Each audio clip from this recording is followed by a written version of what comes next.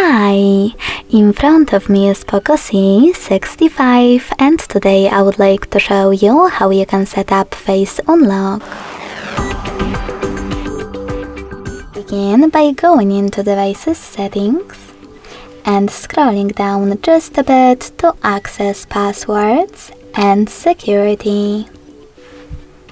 Following that, tap on face unlock under screen lock and enter your current login method. Then tap on Start at the bottom, keep your face in frame and follow all of the instructions from your screen.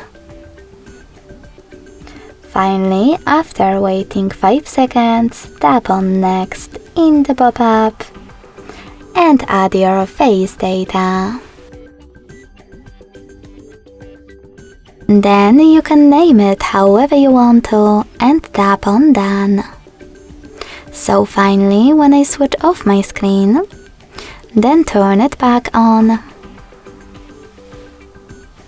I can see that face unlock is working properly. Thanks so much for watching. If you enjoyed this video, don't forget to leave a like, comment and subscribe. Bye!